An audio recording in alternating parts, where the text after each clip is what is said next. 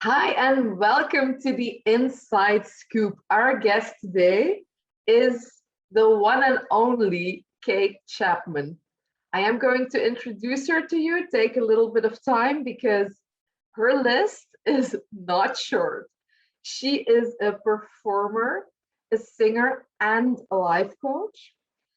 She was in the Broadway productions as Mary Poppins, Les Miserables, The Pajama Game, which won a Tony Award. She won another Tony Award with the Broadway Inspirational Voices. She has her own book and she has her own YouTube show. And there's still many more that I have not even listed yet. So we are so proud to introduce to you today Kate Chapman. Please, Kate, tell me a little bit more about yourself. What inspired you to do all these things? I think I came into this world just singing. I don't remember ever not singing. So I think that's just part of my DNA. So when I found out as a young kid that you could make a living doing that, I wanted to do that rather than some of the other jobs I'd seen. And so it was a really kind of natural progression to moving that toward Broadway. And then New York City is just a place full of so much energy and there's so much going on. And I just met all these people that were doing incredible things and telling incredible stories and just making things and putting them out in the world. And I wanted to be like those people. And so that's kind of what my life has been around, is just really making things to delight me. Hopefully they'll delight others, things that will help people, and just trying to make the world a little better than I find it. Beautiful. I love the input and I love the way that you are injecting your life with that energy. And I can imagine that that has been your drive to do all these things because I can imagine that there's a lot of people who would be so proud of themselves if they had only achieved one of those things. So are you proud of yourself? What is your feeling on that? I am definitely proud of myself. I think what's interesting is that a couple of years ago, I took a step back from the busyness of my life to care for my uncle who was ailing. And in that time, I really spent a lot of time reflecting on all of what I'd done. And much like I think people have been going through during COVID, we've had a slowdown where you have time to think. And so during that time when I was taking care of my uncle, I just thought about, yeah, I've done some really, really fun, cool things. And yeah, I'm proud of myself because through a lot of times when I could have quit or I watched other people quit, I either took a pause and figured out how to keep going, or I redefined things so I could keep going. And I just didn't allow myself to get bogged down enough to stop making things. Wow. Yeah, that sounds great. And you've obviously gone through an entire process. I mean, going through that and getting all these insights and using that as fuel to go further. And you did mention earlier that you are also active as a life coach and that you think resilience and the playfulness are so important. Would you like to elaborate a little bit on that? Well, sure. So as an actress, I had to learn to hear the word no not as an ending. Because if I let that be an ending, you just would have a very short career. Because I think the statistics are something like 1 in every 100 auditions has a callback, and then out of the callbacks, it's like a third of them you're going to get the job. Maybe, I don't know if those are right, but the point being, it's a really small number. And so I couldn't, when I first started, every no would just break my heart into a million pieces. And sometimes I'd have to be on the couch for weeks after that because it just felt so hard and so heavy. And how do you keep going on with that, you know? And as I continued to be just interested in like, well, could I get that job? Could I get that job? I noticed that curiosity was helping me to bounce back. Like the game was exciting enough to me that I was curious enough that as sad and battered and broken as I might be, you know, could I get the next one? And I started to hear no as not this, not now. Because some of the people that would say no to me, I would see them later and they would be telling me that they really liked what I did in the room and that they were sorry that there wasn't a place for me in their show. And so I just started to then be curious about, well, then where is my place? Right? And I found some places that worked for me, and I also thought that they were maybe smaller than I wanted to be. So then I had to bounce back from the disappointment of it's not what I thought it was going to be. Right? And a lot of times life gives us that. And so even though things weren't what I thought they would be, then I was curious to know, well, where's the treasure in this? Not where's the lesson? Like, I don't need to learn another lesson. Like, I want a treasure hunt. Where's the treasure? And so just that shift in the gaze helped to want to go on to the next thing and try the next thing and experience the next, you know, quote unquote disappointment. It also, I think, the more resilient you become, the more compassion you have for other people because you know how much practice it takes to be able to bounce back without hitting the walls, hitting yourself, hitting other people, you know, I mean, it's a practice. And so I think it draws you closer to others, the more resilient that you can become. And if you do resilience through playfulness, then other people want to be with you. If you do resilience through walls and boundaries and those kind of things, I would question if that's really resilience, because I think resilience has freedom to it and play has freedom to it. And so I think those two things walk hand in hand. And I don't know about your culture, but in our culture, play gets kind of taken out of our daily thing pretty quickly in life, you know. By the age 5, we're told to sit down and be quiet. It's the same here. 5, 6 years old, and it's over. Stop being a kid, you know. Yeah. Right. You can be a kid from this hour to this hour on these days, right? It's very prescriptive how we're allowed to do that. So I take that prescription and I rewrite it. How can we play all day, every day, as if we are a cat? Or as if we're a child that hadn't been enculturated that way, you know? And when you play with somebody, rather than be all serious and work related and whatever, you're generally able to find more connection and less harm that is coming between you. Okay, I love that way of thinking, because if I look back at my own growth process, the playfulness was definitely something that was lost for a long time. Even with my biggest passion, when I was growing up riding horses, I mean, I was 14. We were doing international shows. It had nothing to do with fun or having a good time. It had to do with performing and doing it good and doing a good job and the right things. And so, yeah, for me, that was a struggle, and still one of the things that I have to be conscious about, because I tend to get over serious when I'm working. And then that playfulness is exactly what is keeping things light and fun. And I know that a lot of highly sensitive people I don't know how you resonate with that, but a lot of highly sensitive people like myself, we tend to make things heavy because we overthink about it and then it starts weighing more than it should.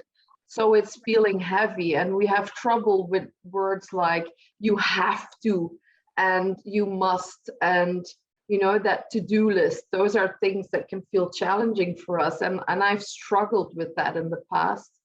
And it's by bringing that playfulness back into my work area, and with my horses as well, which is now my hobby. It's not my biggest passion anymore. But it's my hobby. And it's by doing that you just have so much more fun, but also you get better results doing that. And you end up with a lot more energy at the end of the day. So I'm really glad to hear that you are promoting that overseas and that you're bringing the playfulness out. So just to be curious, what was your own biggest struggle besides the no? Because that has been a beautiful transformation for you.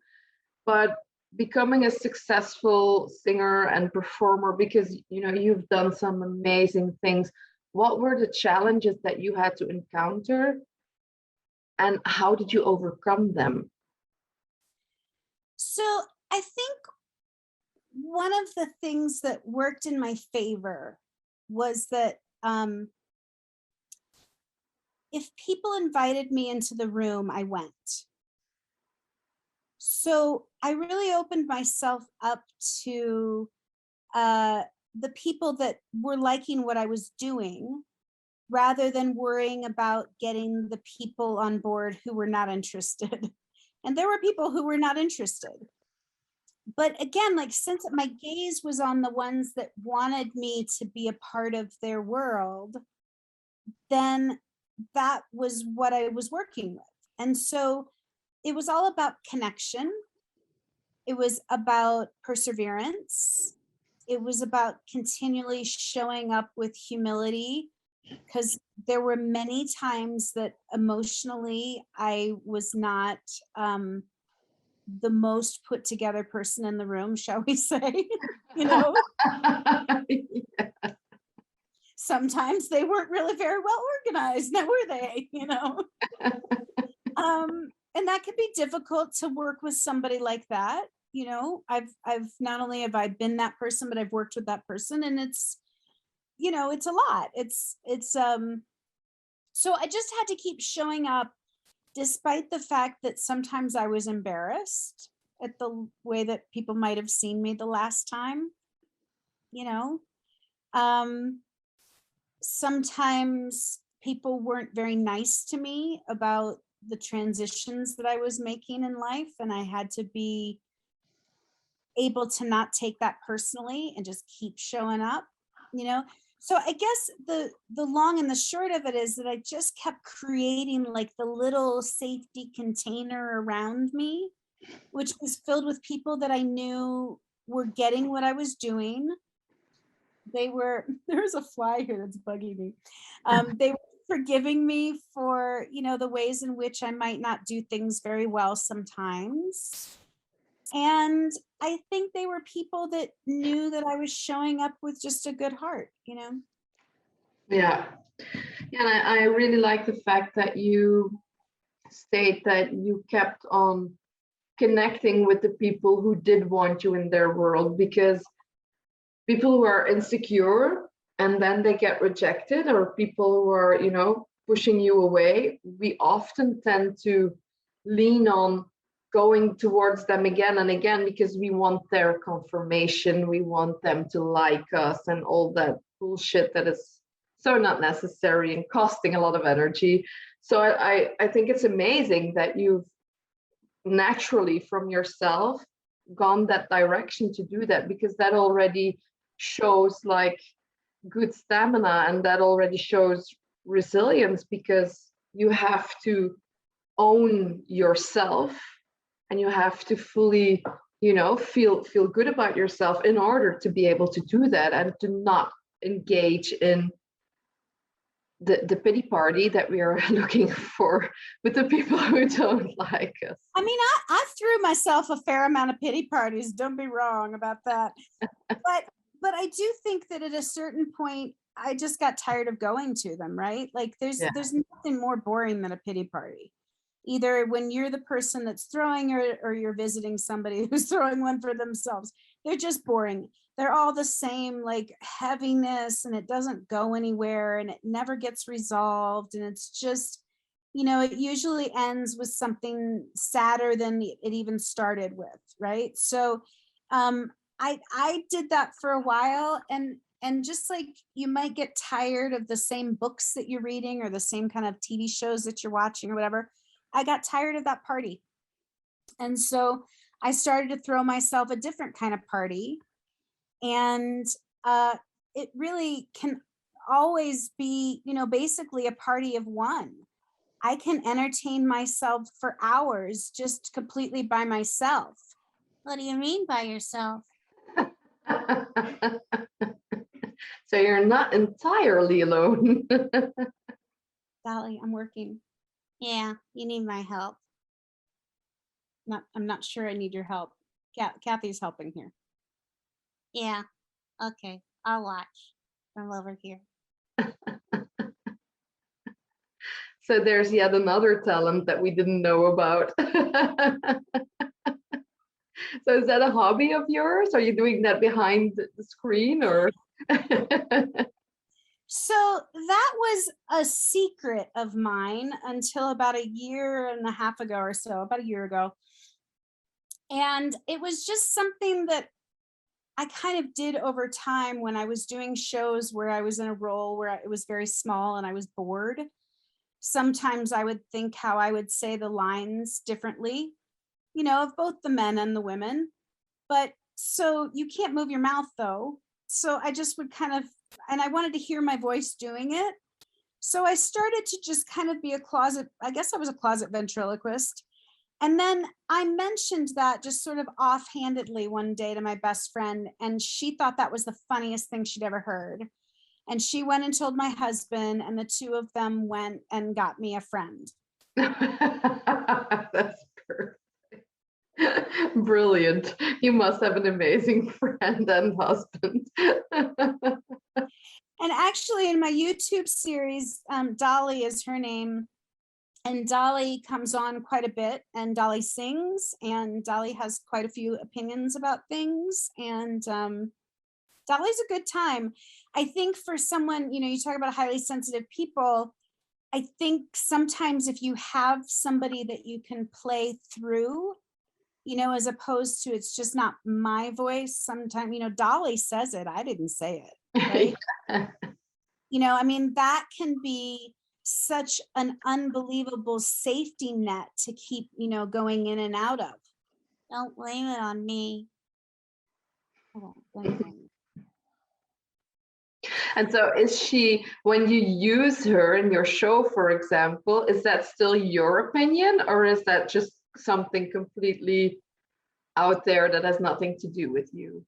I'm sure it's my opinion because it comes from somewhere within me, but it's often things that I don't know that I think or I haven't accessed. And there's a certain amount of just diffusion that it is when somebody hears it from a puppet rather than from a person. So like I can say things, for instance, to Marianne, who is the person that's responsible for Dali being here, along with Ed. But if I say something to her through Dali, it's funny. If I say it to her through me, it might be biting. I might not intend it that way, but I think just the act of doing the voice and having to think about what I'm doing structurally with my face gives you a filter by which it might allow a little bit of kindness to seep in before the words come out. I don't know. Yeah, and I do believe that humor is an amazing, catalyst. Is that the word? Is an amazing tool to actually slow down the other heavy emotions and to watch things from another perspective, which can make it so much easier to go through some maybe even difficult or hurtful things, but when there's humor, my husband, he's amazing at that. He just know I'm a fury, you know. I'm passionate, so that means I'm passionate everywhere. So that means that when I'm on fire, I'm on fire. So, but he's the first person I've ever met who he just knows how to push my buttons because he'll make me smile. And then, you know, the entire volcano that was going to burst out, it's just instantly gone, and it came back to calm waves or whatever because you're smiling. And it's just so cool to experience that because I'd never experienced that before, but he does a great job. So everyone out there, if you have got a fury at home, make them smile. Don't laugh with them or at them, but make them smile. Right. Don't want to make it worse. That's right, because it can go the other way. Like this fly. Yesterday, I did an interview with a woman, and she was having bug problems, and so now I'm having bug problems today. No, what is that about? Keep them. You can keep them. I'm not going to bring them here. Right. It may just be how it goes. If they come tomorrow, it's not my fault. It's just like this. It's you can blame the other anyway. My husband is very funny as well, but he's also very funny in like a very astute way. And he said one time when I said the same joke that I've used way too many times, he looked at me just deadpan and he said, "Marriage, hating each other more with every joke."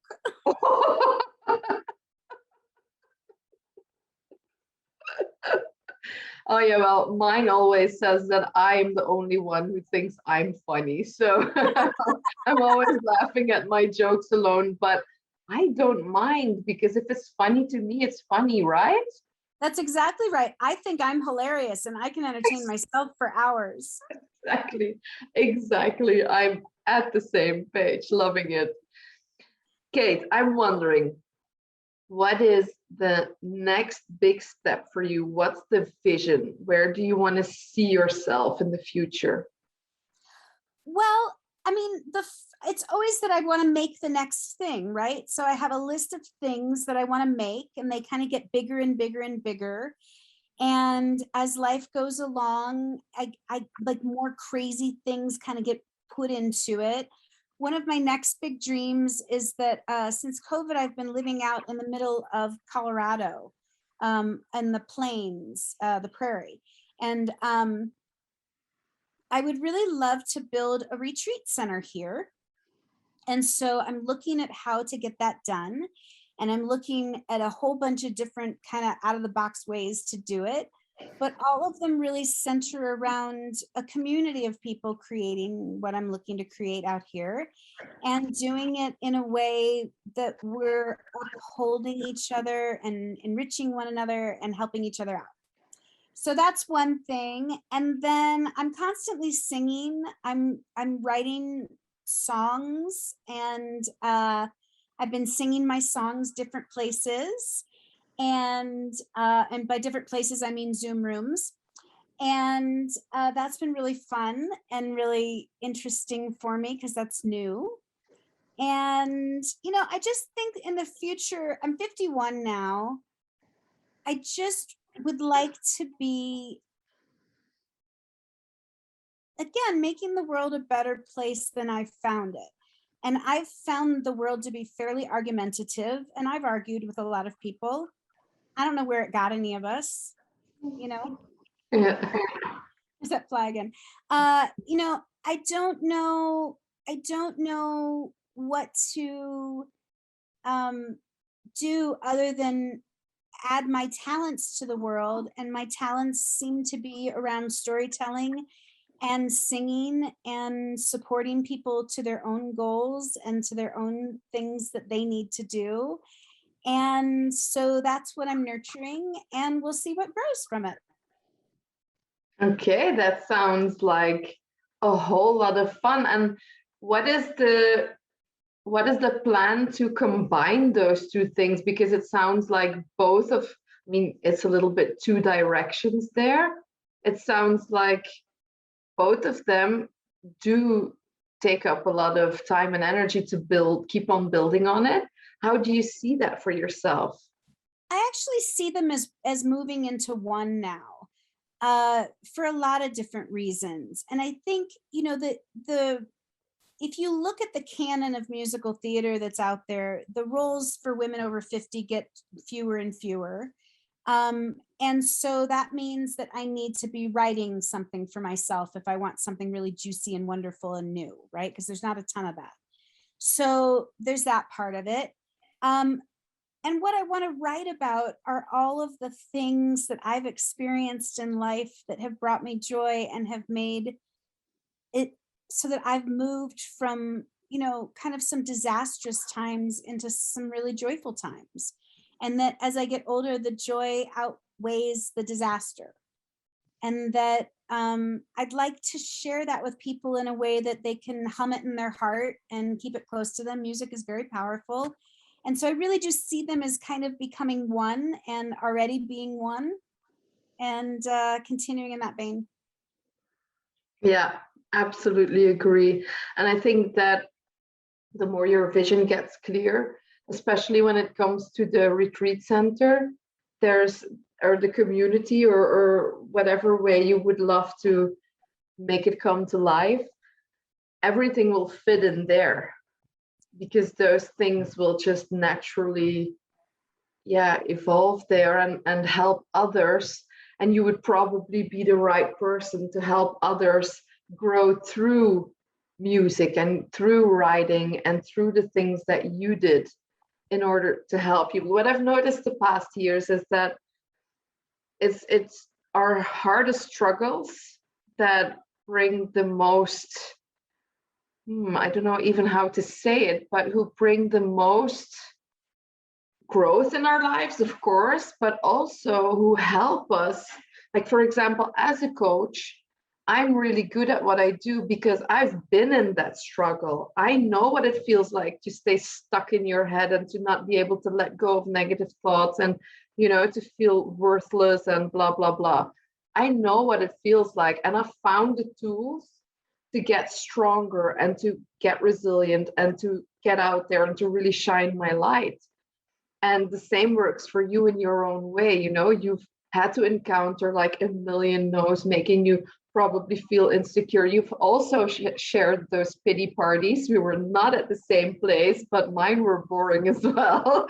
And you've outgrown them and you've put something else into place. And it's so cool that that is the thing that a lot of people are looking for, because especially now with COVID and these days, a lot of people are falling back into the pity parties because it is getting a little bit much, and it's harder to keep getting out of it because it's not just one time. It has been like so many times that you think, oh, life is moving again, again, So the resilience is getting weaker and weaker. So I'm so glad that you are here to join forces with me, and so that we can both inspire and help people achieve that, both in our completely own way, of course. Kate, I want to thank you so much for joining me, for sharing your time with us today. And is there one last tip that you would love to share with the people who are watching? Okay, well, one thing is to keep paying attention to what I'm making in the world. So you can go to thekatechapman.com, or on YouTube, I have a Kate, my channel is just Kate Chapman. So just keep looking and seeing what I'm making, because there'll be lots of new stuff that comes out in that. But the one thing that I would say is be curious about what you can do right now, just with your thinking, that just toggles it just maybe one click to the right or one click to the left, and see how it feels to envision that way for a little while. And if it seems like it's a hard thing to do, just sit in your room, your bedroom, and fix your gaze, let's say on 12 o'clock, and just see all the things that you can see from staring at 12 o'clock, right? Then move your gaze to 1 o'clock. See what happens. Go back to 12 o'clock, 1 o'clock, things get different, right? And then if you go back to 12 o'clock, 11 o'clock, oh my gosh, it's a totally different set of things that you can stare at. And so just practice that. And when you think, oh my gosh, this COVID is killing me, I can't take it anymore, shift your gaze from I can't take it anymore to what more will it bring me today? Try it. I love that. Shifting your gaze. Just a little bit. Yeah. I'm not telling people that they have to feel happy or get over it or let it go or any of that. Too hard. Shift your gaze just a little bit. Yeah.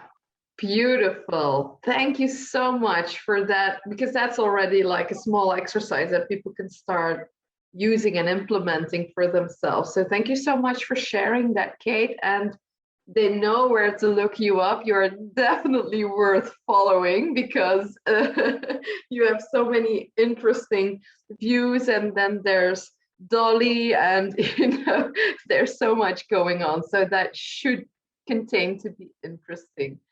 Thank you for being here, and I do hope that we stay in touch. Thank you. Thank you for having us. Bye. Bye.